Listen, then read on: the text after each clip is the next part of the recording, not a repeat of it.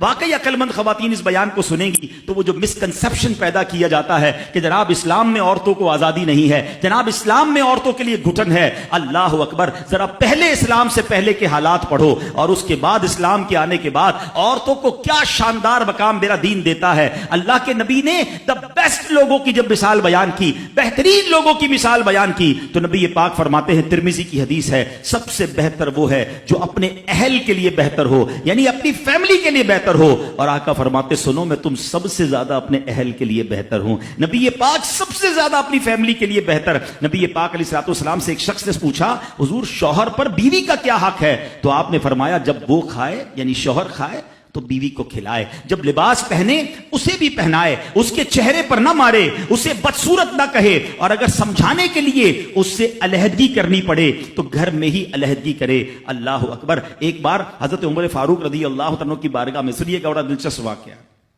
سیدنا عمر فاروق کا کتنا بڑا نام ہے، آپ کے جلال کی، آپ کی عدالت کی مثالیں دی جاتی ہیں، بڑے بڑے لوگ آپ کے سامنے تھر تھر کانپتے تھے۔ آپ کا گھر میں انداز کیا تھا کہ ایک شخص آیا کہ میں حضرت عمر کے پاس جاؤں اور بتاؤں میری بیوی جو ہے مجھ سے اس طرح بات کرتی ہے، اور میرا وہ انداز نہیں ہوتا جو شوہر کے سامنے ہونا چاہیے، ہوتا ہے گھروں میں ہو جاتا ہے۔ تو حضرت عمر کے دروازے پر پہنچا نا، تو اندر سے اسے سیدنا عمر فاروق رضی اللہ تعالیٰ عنہ کی زوجہ ام کلثوم رضی اللہ تعالیٰ عنہ کی ناراضگی کی عالم میں گفتگو کرتے ہوئے سنا۔ وہ حضرت عمر سے بات کر رہی تھی، تو وہ شوہر سوچنے لگا کہ میں تو اپنی بیوی کی شکایت لے کر آیا تھا، حضرت کے تو گھر کا بھی معاملہ ہی ایسا ہی ہے۔ تو وہ کہتے میں واپس ہونے لگا، حضرت عمر نے بلا لیا، کہا کیوں آئے تھے؟ تو کہا کہ میں تو حضرت اپنی بیوی کی شکایت کرنے آیا تھا، مگر میں آپ کے دروازے پر آیا، آپ کا بھی معاملہ ہی ایسا ہی ہے، تو میں سمجھ گیا ہم دونوں ایک ہی معاملے میں ہی ہیں۔ اب حضرت عمر نے جو ان کی تربیت فرمائی نا، آپ نے فرمایا میری بیوی کے مجھ پر چند رائٹس ہیں، چند حقوق ہیں، مجھے اس سے چند فائدے حاصل ہوتے ہیں جس کی بنا پر میں اسے درگزر کرتا ہوں۔ پہلا یہ کہ یہ میرے لیے جہنم کی آڑ ہے، میرا دل اس کی وجہ سے حرام کاموں سے بچا رہتا ہے۔ نمبر دو، جب میں گھر سے نکل جاتا ہوں یہ میری خزانچی بن جاتی ہے، یعنی میرے مال کی نگہبان بن جاتی ہے، میری دھوبن بن جاتی ہے، میرے کپڑے دھوتی ہے، میرے بچے کی پرورش کرتی ہے، میرے لیے روٹیاں اور کھانے پکاتی ہے۔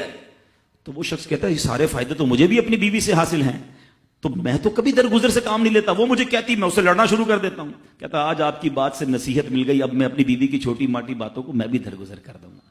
کتنی پیاری بات بتائی، ہم وہ ساری باتیں بھول جاتے ہیں، ایک غلطی پر پکڑ لیتے ہیں، ایک غلطی پر ڈانٹتے ہیں، ہر غلطی پر جناب ایسا نہیں ہوتا، ہر غلطی کی سزا سزائے موت نہیں ہوتی ہے، ہم غلطیاں نہیں کرتے۔ اگر جس طرح ہم اپنی بیوی کو اور غلطی پر ڈانٹتے وہ ڈانٹنا شروع کر دے پھر کیا حال ہوگا؟ تو ایسا نہ کرے، وہ بھی دل رکھتی ہے، ہم نے کسی انسان سے شادی کی ہے، کمپیوٹر سے نہیں کی، ٹھیک ہے نا؟ تو کمپیوٹر بھی آج کل وائرس آ جاتا ہے، تو وہ تو انسان ہے، غلطی ہو گئی کوئی بات نہیں۔ تو سبحان اللہ، اتنا پیارا مذہب ہے۔